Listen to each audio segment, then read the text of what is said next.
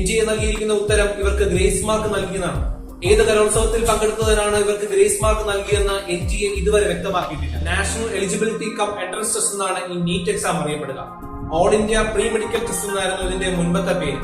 2013 മുതൽ 18 വരെ ഈ എക്സാം നടത്തിയിരുന്നത് central board of secondary education എന്നറിയപ്പെടുന്ന CBSE ആണ്. അതിനുശേഷം 2019 മുതലാണ് NTA എന്നറിയപ്പെടുന്ന നാഷണൽ ടെസ്റ്റിംഗ് ഏജൻസി ഈ എക്സാം ഏറ്റെടുത്തത്. മിനിസ്ട്രി ഓഫ് എഡ്യൂക്കേഷന്റെ ഡിപ്പാർട്ട്മെന്റ് ഓഫ് ഹയർ എഡ്യൂക്കേഷന്റെ കീഴിലുള്ള ഒരു ഓട്ടോണോമസ് ബോഡിയാണ് നാഷണൽ ടെസ്റ്റിംഗ് ഏജൻസി എന്ന് പറയുന്നത്.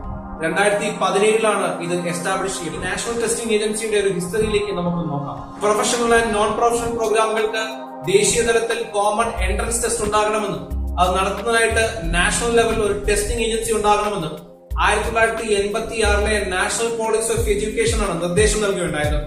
അതിനെ തുടർന്ന് 2010 IIT ചില മുൻ ഡയറക്ടർമാർ ചേർന്ന് മിനിസ്ട്രി ഓഫ് ഹ്യൂമൻ റിസോഴ്സ് ഡെവലപ്മെന്റിന് ഒരു റിപ്പോർട്ട് നൽകിയുണ്ടായി.